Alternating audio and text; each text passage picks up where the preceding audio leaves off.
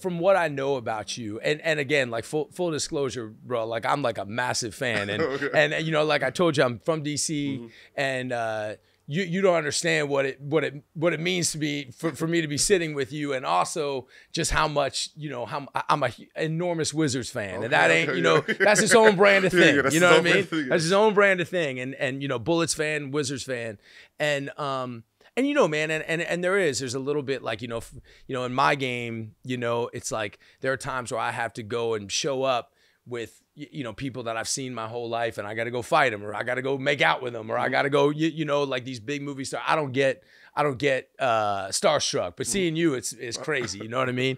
But have you ever, from what I know about your life, and from what I know, at least the idea of what I built up about you in my head, and being just a huge fan of yours as a player, like you played with a chip on your shoulder, and you had been knocked around in your life.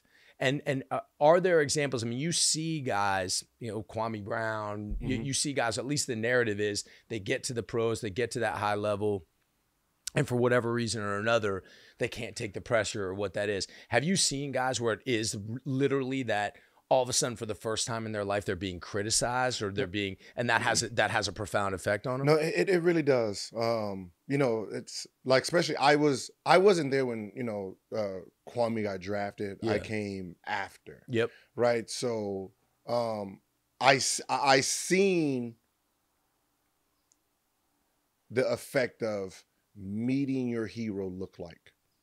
Right, you know how like in the Hollywood thing is, don't meet your hero because they're not who they say. Disappoint the fuck right? out of you. Yeah.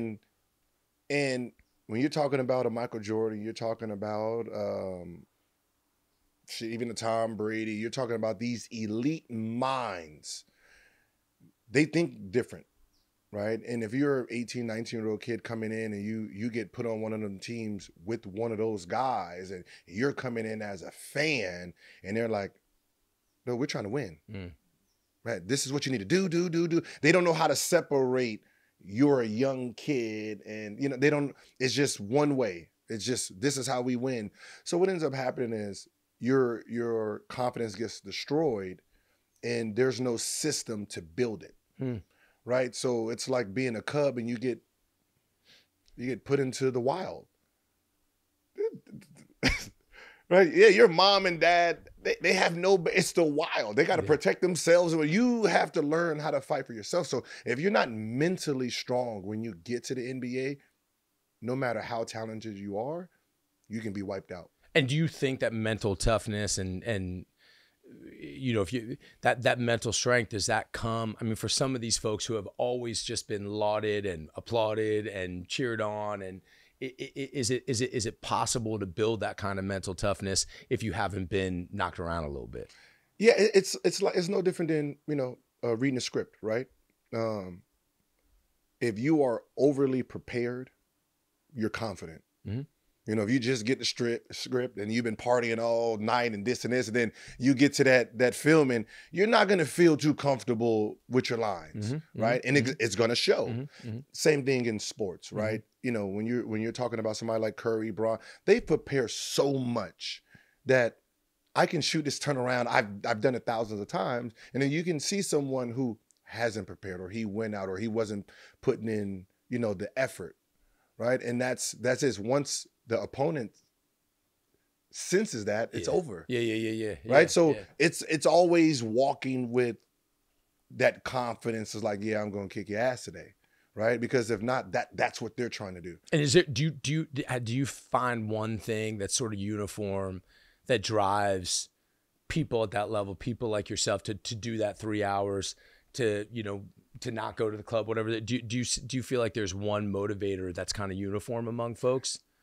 Every day, yes. So like when you're talking about like the Jordans, the Kobes, the LeBrons, the Mayweathers, Tom Brady's, they're not in real time. They're not here on planet Earth thinking, right? They're not thinking about their peers. Their target is whoever they think is the best that's no longer here, right? So when you're talking about, you know, Kobe, it was Michael Jordan, right? He was at the pinnacle. So I'm chasing him. I'm trying to be better than him. Yep. Right? That means you guys here, you're just in my fucking way. That's right. You're in either my part of way. the problem or you're part of the Yeah. solution. Well, you're one Right? or the So other. Yeah. you're trying to keep me from getting to him.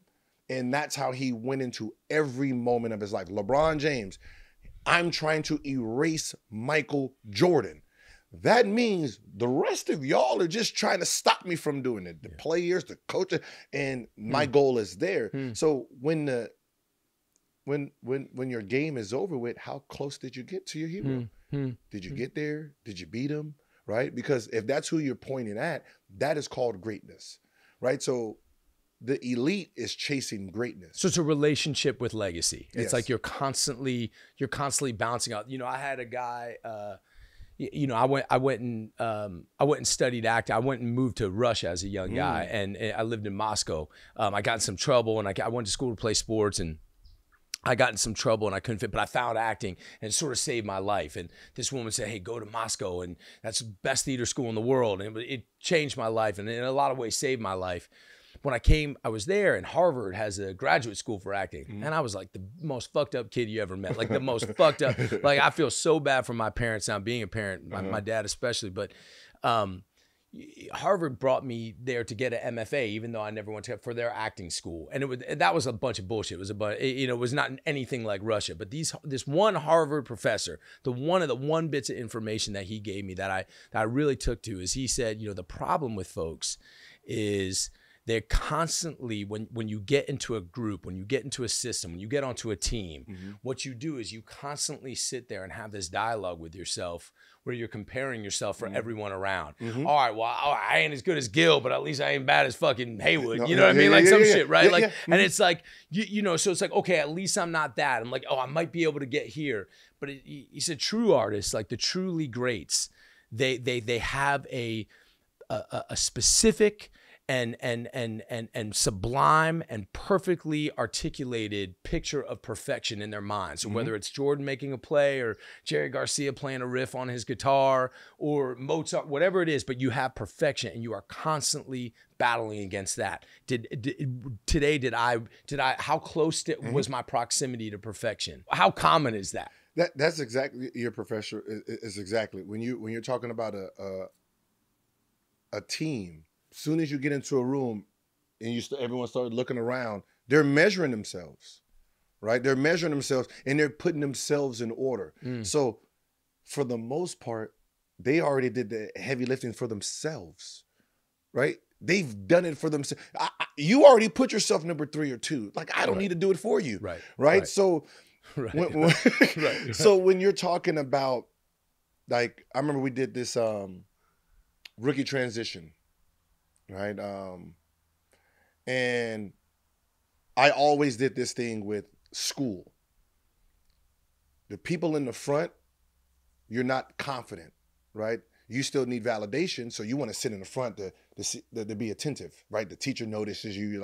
You're the kid who wants to give the teacher the apple. Yeah. Right. Yeah. Then you have the middle group, right? There's usually one brilliant kid in the middle, but for the most part, that lazy kid sitting in the back, don't care nothing that's going on, right? Just laid back. So when we get into team atmosphere and then like, all right, we're about to film study, sit down. You can tell who's who from where they're sitting, right? So the pecking order starts there. So when you're talking about perfection itself, I always want to ask kids, all right, who are you? And what they say, I believe. Right? If a kid says, I'm the number 1 option, perfect. Right? We can go, because now I know you're going to mentally and prepare to be the best player on this team. If someone be like, I don't know yet. All right, then you're just going to fit in.